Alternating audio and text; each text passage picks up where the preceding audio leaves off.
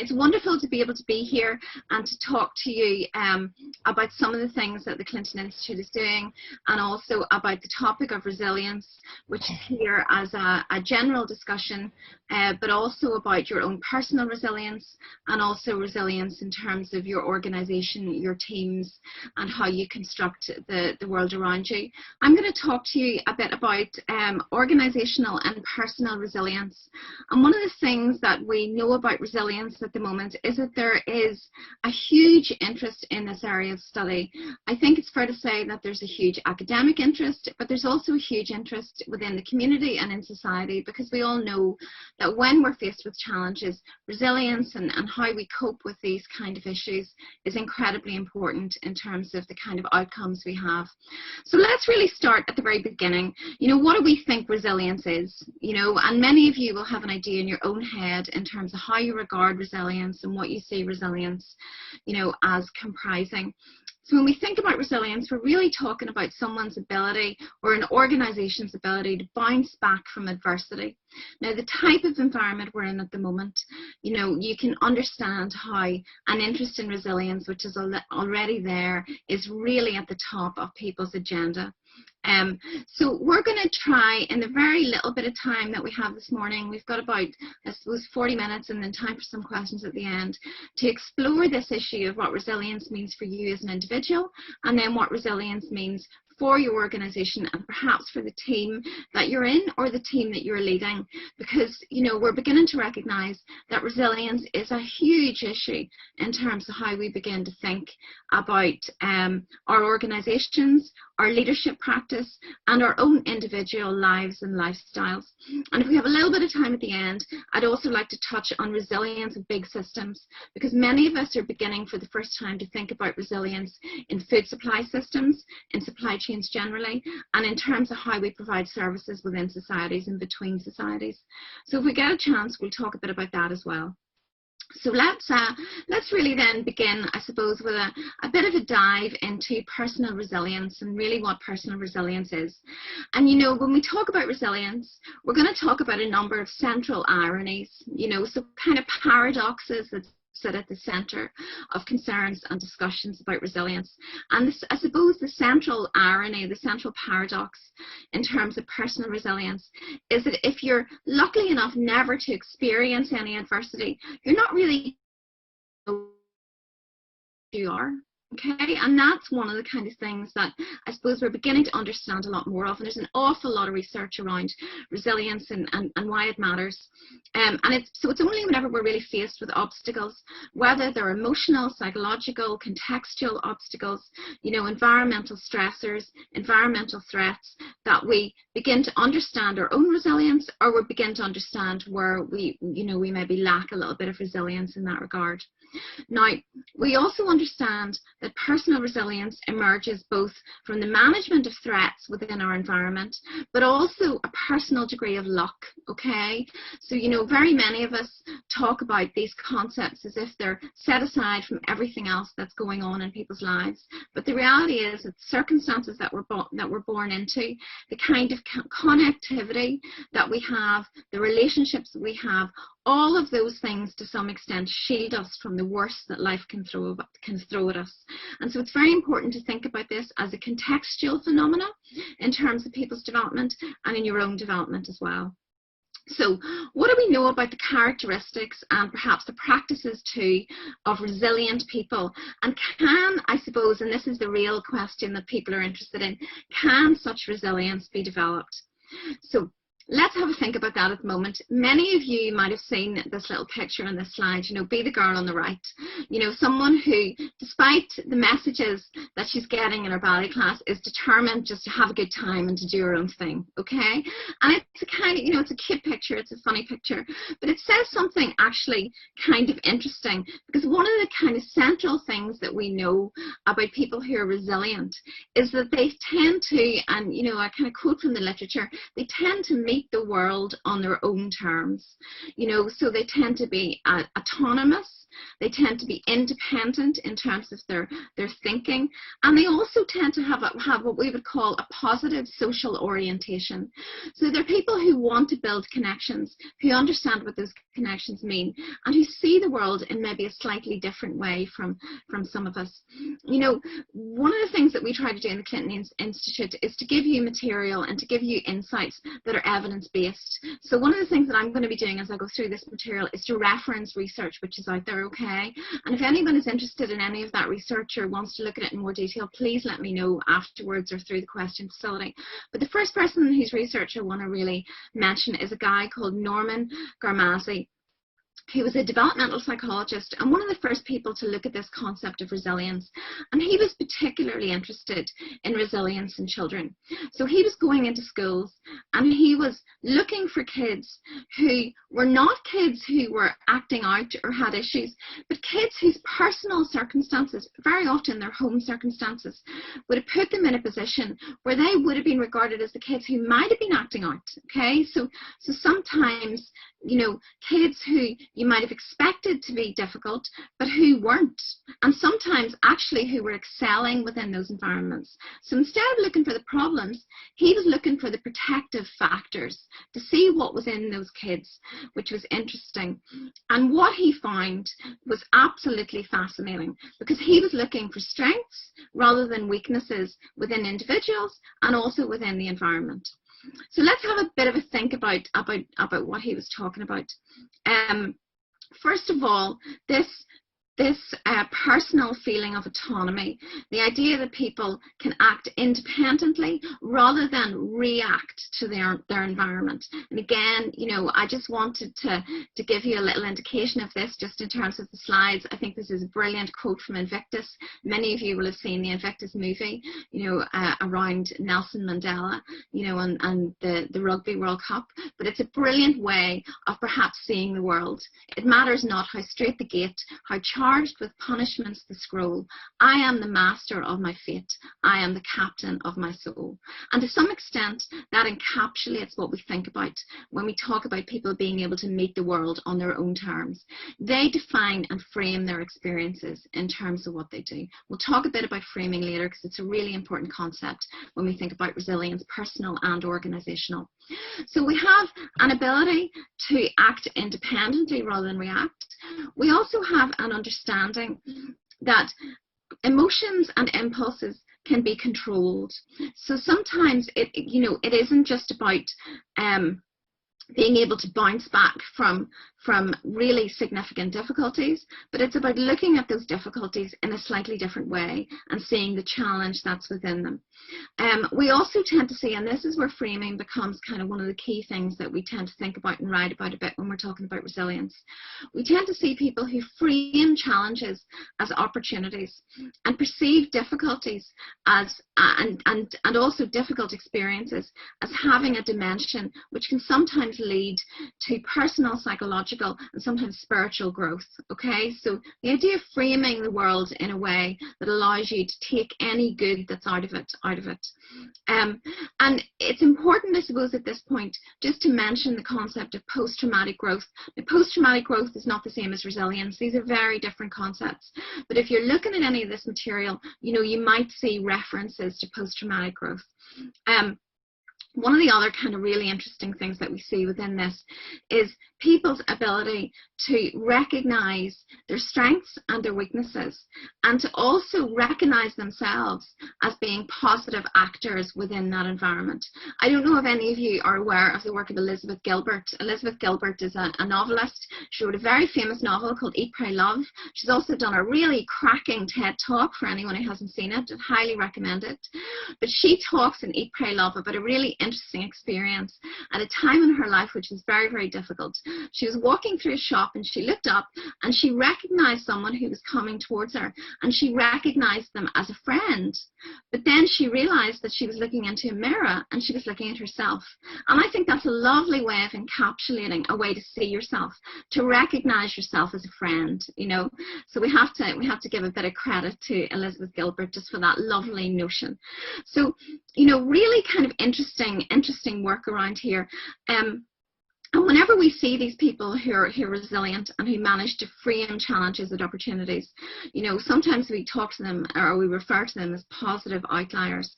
We're also beginning to see the ability to grow and the ability to identify some of the positive aspects that are in even challenging situations.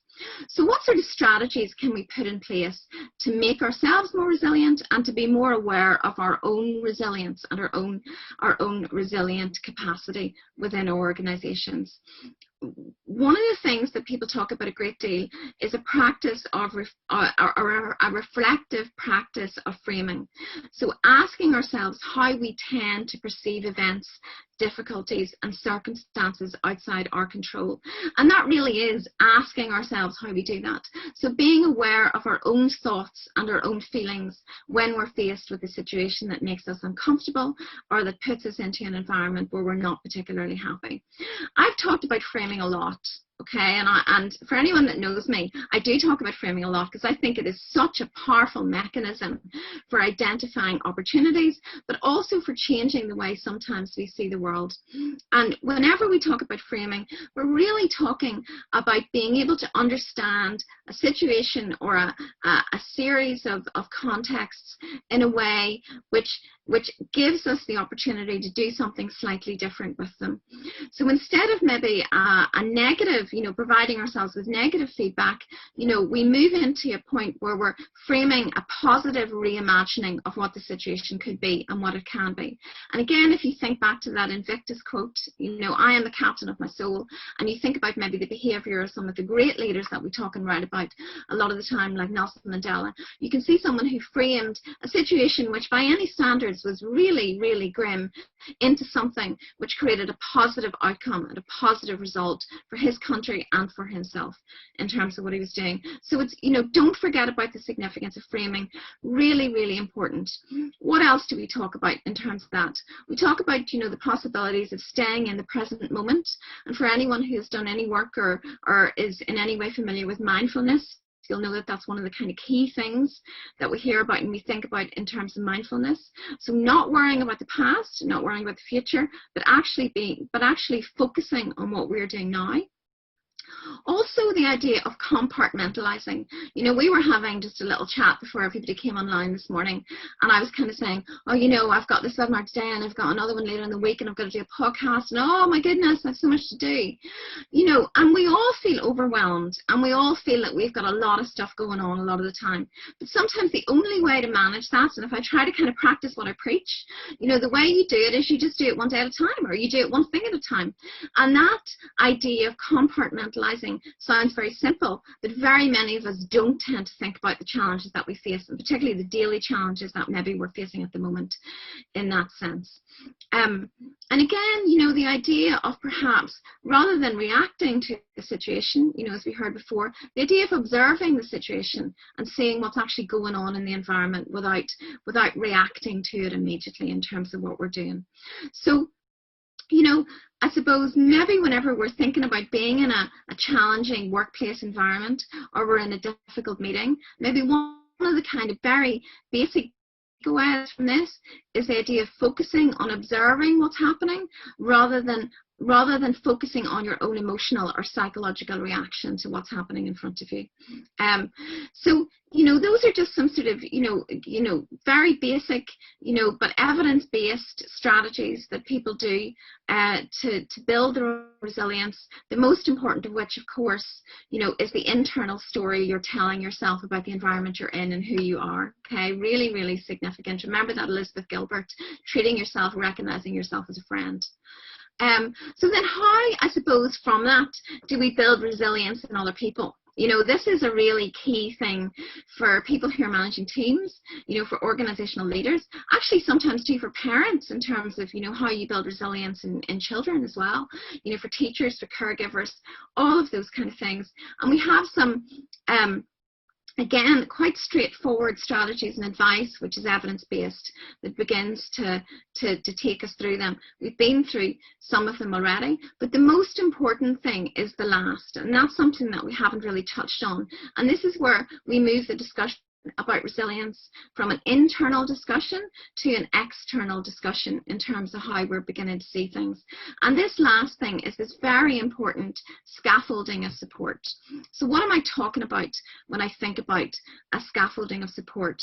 One of the things that we know from a lot of work that's been done about resilience and building resilience in individuals and teams is that the significance of one or a number of other people providing a scaffolding around somebody who's having a difficult time or struggling with a particular challenge is incredibly significant. Now, that doesn't mean mollycoddling somebody, or it certainly doesn't mean lifting those difficulties away from other people. What it means is actively modeling success, and not just success, but also the way to success. So showing someone the path to get from A to B. Really, really interesting. And again, some fascinating work around this. One really important study of US Marines who had field basic training, for anyone who knows anything about the US Marines, a really public and humiliating experience if you end up in that situation. And some of those individuals were taken out and put through training again, but this time it was done differently. They were buddied up with somebody who was with them literally every step of the way in terms of that training. And one of the really interesting results of that study was that at the end of that process, those Marines were not only full members of the Marine Corps, they were actually, when they were followed up 6 months and a year later, they were actually performing better than some of the people who got in the first time round. And that tells us something about the kind of self-learning which is in resilience as well. So really significant in terms of, you know, that idea of scaffolding of support and putting support around somebody, you know, not to be underestimated, whatever context you're in or whatever kind of resilience you're talking about. It's very important too, when we think about resilience, to understand that you can't define this as an individual thing. This is intimately interconnected and interwoven into the context that people are in. So whether, you know, it's a family context, a work context, a community context, a global context, you can't take resilience out of that context. So the context itself is incredibly important. So sometimes, you know, turning around what feels like a failure is possible, but it's really significant how people are able to do it and how people are able to think about doing it. And the concept of personal resilience and some of these things that we've mentioned, framing, compartmentalizing challenges, taking them, you know, one step at a time, the decision to observe rather than react a lot of the time, you know, being aware of your internal story and then providing a scaffolding of support for other people when you're trying to build resilience in them. Really significant things that we, you know, that we should be encouraged to think about. So that, you know, that then brings us on to another concept which is huge at the moment and which very many people and very many clients of ours within the Clinton Institute are extremely interested in, and that's this idea of organizational resilience. So we've talked about personal resilience, we've got some strategies in there, you know, some knowledge about, you know, how we build resilience, what resilience is, how we can determine and construct our own resilience. Well, what does that mean within an organizational environment? And you will be aware that issues of risk and resilience are very closely connected, have leapt to the top of the organizational agenda as a result of COVID-19. Okay, so suddenly everyone is talking about how resilient your organization is to challenges, how resilient supply chains are, how resilient, you know, government systems are to this kind of a significant challenge. So when we think about resilience in this context, we're talking about something slightly different, okay? This is now away from the personal and towards the organizational, towards a different structure in which very many of us work. So when we think about organizational resilience in this concept, we're talking about the capacity to anticipate, prepare for, respond to, and adapt to change, and whether that's incremental change or, as we've seen with COVID-19, really sudden disruptions. And we're adapting in order to be able to survive and also hopefully prosper within these situations and environments. So when we think about the organizational dimensions of resilience, we're talking about approaches which tend to be dominated by two specific concerns. One is what we tend to think about as defensive resilience, okay? So essentially stopping bad things happening. stopping people falling off a ladder at work, okay? Stopping people, you know, leaving a load of waste material somewhere that might catch fire. So the stuff that we can do, health and safety, stuff that we can do, you know, which will stop bad things happening, whether that's your normal health and safety considerations or whether that's a strategy which is essentially trying to do the same thing in terms of what the business is doing. But then we have another kind of perception of resilience as well, and that's what we tend to call progressive resilience, which is making good things happen. So not just stopping the bad, but also trying to make the good things happen as well. So building organizational and team resilience like this requires a really important consideration and appreciation of a number of central questions around risk, and also about what else is going on within the organizational environment. So for example, are the risks that your organization is going to face sudden and unpredictable, or are they slow and silent in their emergence? So very many of us, you know, here in a management environment talk about, you know, the Mexican green frog. Many of us have heard about the Mexican green frog for decades now, you know, the idea that a frog is put into a pot. This is kind of not good if you're into sort of, you know, kind of animal welfare, but I'm hoping no one's ever tried it.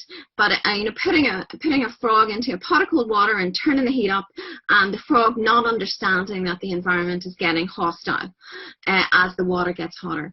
So, you know, what are the risks to your organization? And most of the time, most organizations will be facing a mixture of risks. Of course, there'll be external risks, but there may also be internal risks in terms of your culture, in terms of how you structure, in terms of, you know, what your top team is doing, in terms of how people within the organization feel. And we've seen very many organizations come a cropper in terms of the significance of culture and how difficult culture is to manage.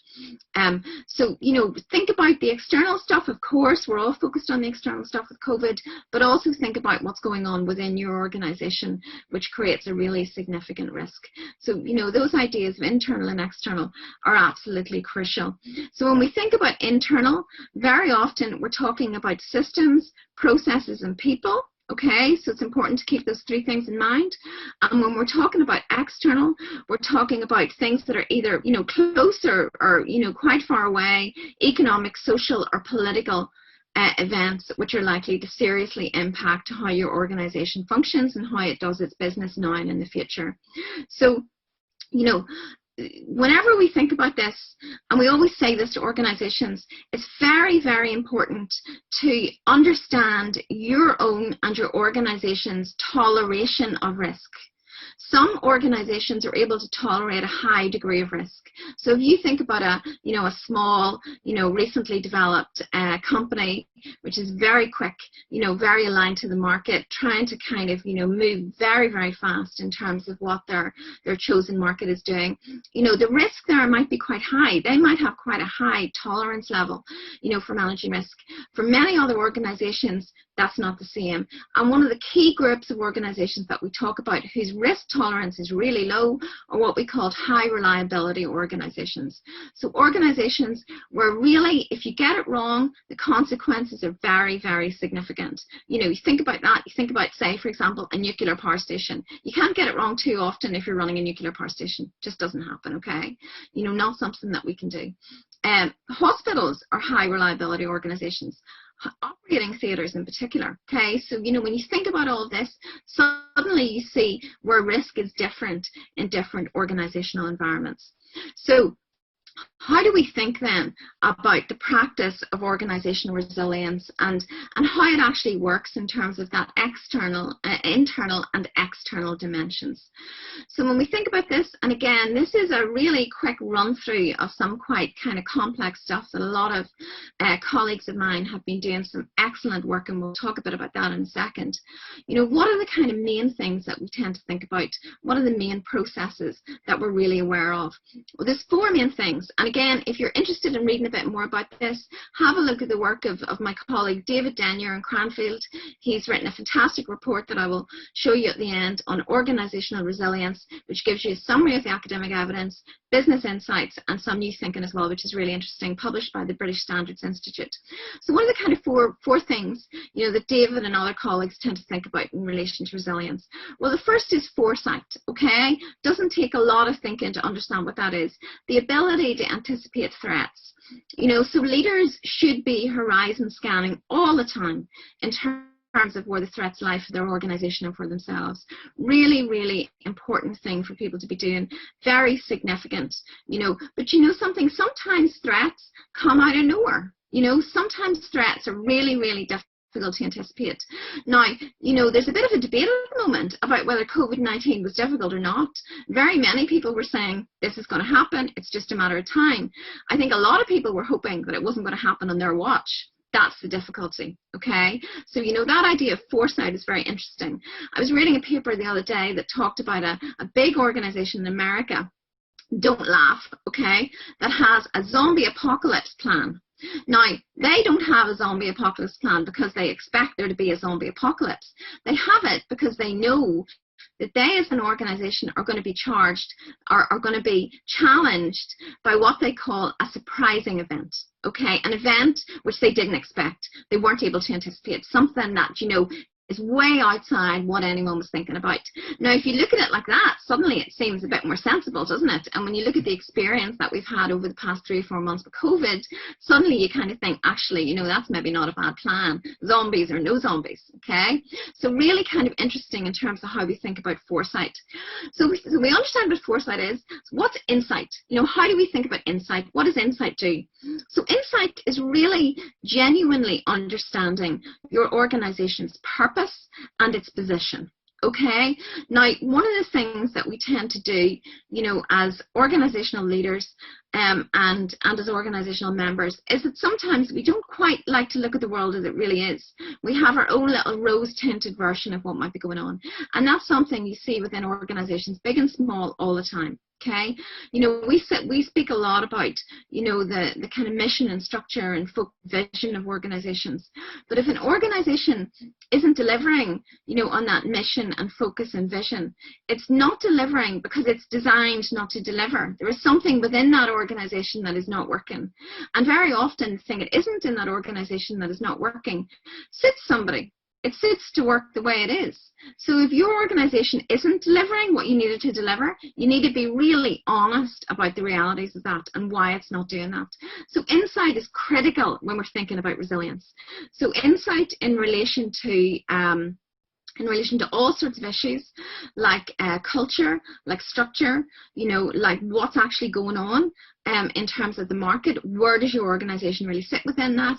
Where are your weaknesses? And where is your real Achilles heel? Okay, and sitting down and spending proper time thinking that through in a supported environment is incredibly important for leaders. Then we also tend to think about oversight. Okay, oversight is being able to respond and adapt. Okay, so whenever you are faced with a challenge, being able to recognize the dimensions of that challenge and adapt appropriately to it. And then after you've adapted, after you've been through the crisis, and a lot of organizations will be getting just at this point, we're looking at the reopening of a lot of businesses within the next week or so. And so people are moving, I think, at this stage into this last point, which is hindsight. So you've learned something, you've been through a process, you've had a challenge. What have you really learned, and how can you apply it now and in the future? And for very many organizations, you get through a crisis and that's it, it's done, it's over. And the lessons are lost with the experience of the crisis. You know, so whenever we talk about resilience, we're really talking about these 4 dimensions: foresight, insight, oversight, and hindsight. How do you use those dimensions? How do those dimensions work for you? And what works best in terms of your processes around them? Again, if you want to look at this in more detail, we can give you some really, really interesting, quite practical examples of how this works. The other really important thing to do, or thing to understand, is that resilience is a connected structure. It's a connected phenomena, and it needs to be understood as connected and integrated in terms of the set of activities and practices that are happening within organizations. This is something which is really tightly coupled with how you do your business day by day. You know, you need to be thinking about resilience on a daily basis. It should be a daily concern for leaders and managers managers alike within organizational environments. And I think that's something that people are beginning to understand and beginning to be more aware of, okay? So the whole idea that this is a daily occurrence, this is something that we need to build and develop on a daily basis, is becoming more accepted and understood within the business community, the public sector, and also NGOs that we tend to forget a lot when we're talking about this. They are really significantly challenged at the moment, and so resilience for them is just as important as it is for any other organisation. So again, you know, at the beginning, we talked about these ideas of central paradoxes or central ironies, and this is the real central irony of organizational resilience. And there's a little kind of graphic on the BSI report, which again, you know, I would recommend to you if you want to look at this in more detail. How do you retain control over your systems and your organization and achieve your compliance in terms of all the very many regulatory systems that very many organizations are trying to comply with, while also being flexible enough to be able to work in a different way if you get a kind of system shock, the sort of system shock that COVID-19 requires.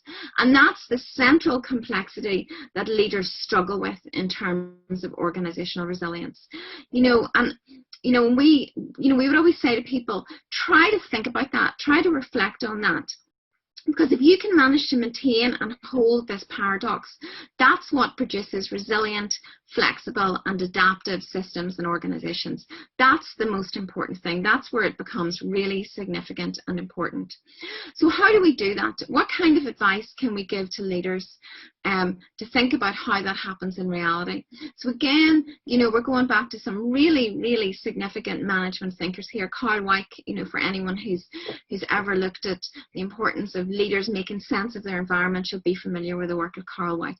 And Carl Weick and his work with Sutcliffe talks a great deal about mindful observation, you know, how we can observe the world around us in a way that allows us, you know, to have foresight, that allows us to understand what's actually going on within our organization, that allows us to pinpoint some of the difficulties and the complexities that we have within it as well. But what happens then if a significant event occurs, such as the COVID-19 pandemic, and resilience is tested? What do organizations do then? What should you expect to see within your organization, or what have you been seeing within the past number of months? Well, again, quite a bit of interesting work around this too, which gives you a bit of an insight in terms of how organizations are coping or what they're doing at the moment.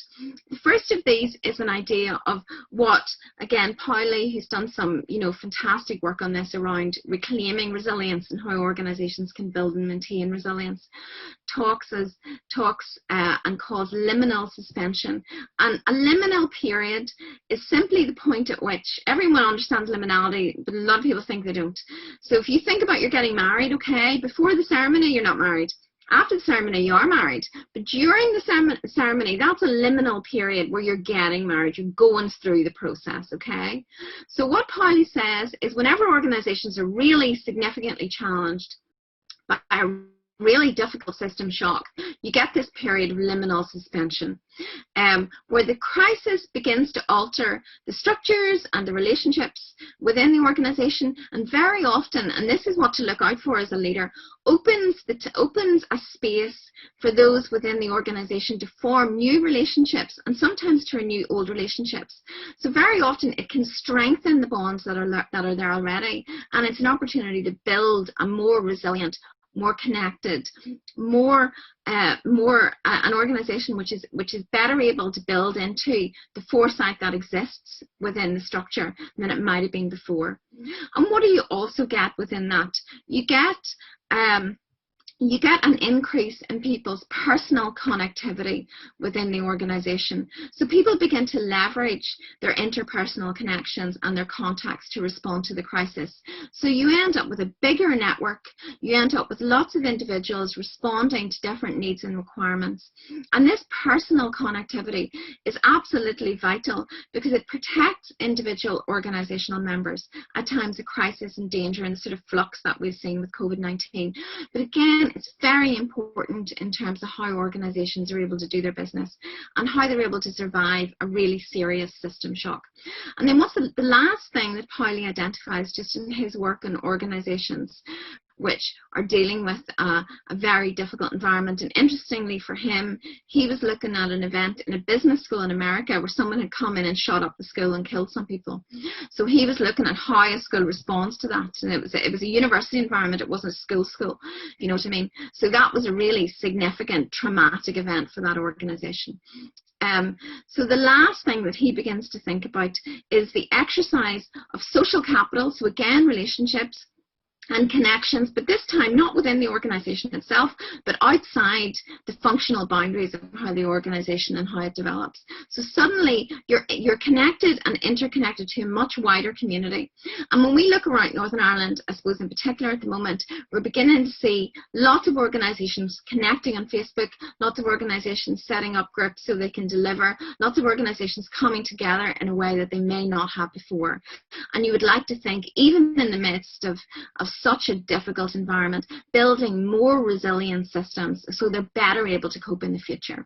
And that's something, again, you know, that we see within other organizations too. So just a little bit of an insight in terms of the kind of stuff that you might be seeing in your own organization, and also where the strength in these things lie. Okay, again, you know, think about that framing, think about the significance of seeing the world on your own terms. Think about the importance of that and what your organization can do to protect itself in such difficult time. So I just want to, I'm going to finish now, but I just wanted to leave you with some kind of ideas and some of the other work around this that you might find interesting. Some of it's around, you know, personal resilience, Mark Duran's fantastic book, Doctors at War, brilliant, very small, very short book, but absolutely fantastic in terms of people developing personal resilience.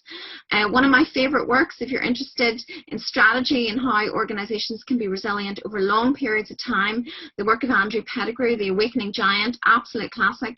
Brilliant book by Scott Snook, Friendly Fire, how systems are sometimes not as resilient as they need to be, how mistakes happen, how risks become very significant and important, and how you can end up with a really serious situation because of a series of problems that seem disconnected but are actually highly connected and integrated. And then if you're interested again in resilience, and sometimes, you know, resilience in extreme contexts, you know, David Denyer and Colin Philbin's book on managing change in those contexts, again, very focused on the significance of resilience and the importance of resilience. So if you're interested in that, I have some work too, but I'm too modest to put it up. But you know, you can look at my work. If you have a look at my LinkedIn profile, you have a look at my Twitter profile, or if you're interested in learning any more about this stuff, then please do contact me at Queen's. You know, we have lots of ways that people can get in touch with us, and it's always fantastic to hear from people. Just a word of warning: my Twitter profile it deals with quite a lot of management stuff, but not just management stuff, so it's a bit more mixed, bit more eclectic than that. I hope that was useful. I'm gonna stop sharing my screen now, and perhaps if we just move back to Sue. I don't know if there's any questions. Yeah, sure, Joanne. Yeah. First of all, everyone, for those of you that need to rush off very quickly, you're far too modest, Joanne. That was an excellent masterclass in resilience. There are resources available. Joanne has written a 2-part blog on the subject of resilience, both personal and organizational. So go to our website, check out the news tab, and you can access both of those blog pieces. We have a couple of points. Joanne, we have one attendee just asking if you could quickly explain what post-traumatic growth is. Yeah, so post-traumatic growth is, you know, I said whenever we were talking that it's not the same as resilience, and it really isn't, and it's important to say that. But when we think about resilience, we're thinking about, you know, challenges that face us on a kind of normal everyday basis. When we talk about post-traumatic growth, very often you're talking about really significant challenges, so life-changing events in which, you know, people wouldn't have wanted to have had those experiences. These experiences are not good experiences. It's very important to say that. But what you tend to see are people who have spent a lot of time and a lot of effort, and that's the key thing here, people who have really engaged with lots of different processes and have come out the other end of those events, changed, and they would say sometimes changed for the better. But, you know, that isn't to say that anyone would voluntarily have put themselves through a traumatic situation, and you have to be very careful with that. So post-traumatic growth is something, you know, we tend to talk a lot about post-traumatic stress, but it's very important to mention, I think, that post-traumatic growth does exist, that it's possible, you know, that trauma in any of its guises isn't good and isn't positive, but that sometimes something positive can emerge from it. And, you know, when I think about post-traumatic growth, I did some research last year in the Balkans and in Bosnia, and I spoke to a fantastic man who's had a really stellar professional career outside Bosnia, but who was, if any of you remember those dreadful pictures in the early 1990s, was incarcerated in a Serbian concentration camp and had seen and experienced some dreadful things. And he said, you know, he spoke about the concept of post-traumatic growth and the significance of agency and taking control, I suppose, of your own destiny. But he also said, you know, I would rather have been a doctor in Sarajevo. I didn't need to go through all of those things. I would have been happier if that war had never happened. So I think that's important to say in terms of post-traumatic growth, because you are talking about really, really difficult experiences, but there is also the possibility of growth from them, which is important too, because we do talk about post-traumatic stress a lot, but it is not the same as resilience. I just wanted to mention it because it is out there and sometimes the two are mixed up a bit. Does that help a bit? I'm not sure who asked that question. Yeah, that was from Joanne Corcoran, so that's great to have that answer for Joanne. Lots of comments complimenting you on the content and the session today. Nicola Cullen's just mentioning that the concept of liminal suspension is very helpful. And a quick question, what can an organisation do to understand this stage and maximise it? Well, isn't that really interesting? I think we're all trying to work that out at the moment, aren't we? You know, I think this idea of reflective practice, isn't it? Just standing back and looking and watching, trying not to react immediately, but trying to understand what's actually going on. You know, we talk a lot about the change curve, you know, and people being at different stages of the change curve. And I think this process of liminal suspension is not dissimilar. You know, people are going into it and coming out of it at different points. Very difficult. You know, some people have coped very well with lockdown. Some organizations have coped very well. Some less so, and that again, it's not necessarily those organizations' fault or those individuals' fault. It's very, very contextual, you know, very related to the environment that people are in. So I would say, you know, think about your reflective practice, think about your leadership practice. You know, we did a webinar a few weeks ago on leading and volatility, so if you haven't seen that, that might be something that you might want to look at. You know, just in terms of, you know, leaders have an enormous responsibility, and sometimes I think leaders have too much responsibility. You know, you can't expect leaders to get everything right or to manage everything the right way first time, but all organizational members, you know, can look at these experiences, look at these events, look at these times and think what they've learned about themselves and what they've learned about the things that the organization is doing well and maybe the stuff that's not going so well too. So I would take it for what it is, and the other thing is write it down. People record. So we've all been so busy, you know, things are so busy at the moment. We're always complaining about how busy we are, but we don't spend time actually writing some of those things down, just jotting them down in a notebook. And if I could do one thing, if I could have done one thing differently at the start of this pandemic, would have been to keep a diary in terms of how things moved on and how, you know, I felt my practice, you know, my kind of academic practice was coping, but also how I thought the organisation around me was coping. But of course, you see, it's too late now. So we all have these great ideas. Maybe if we're ever in a situation like this again, hopefully not, maybe we'll learn then. You know, we live and learn, don't we? Yeah, absolutely. No, it's very, very good advice, and the daily log is something that we can practice even now moving forward. Just one final question, Joanne, from an attendee who's just asking about personal resilience and how do we manage that in terms of working from home and the change that we've all had. Really difficult, isn't it? You know, I mean, again, these are all very contextual. You know, lots of people have, you know, I've spoken to people who've really enjoyed the experience of working at home. You know, I have colleagues who said, I'm never going into the office again, you know, but for a lot of people, it's really tough. You know, there's undoubtedly it is really tough.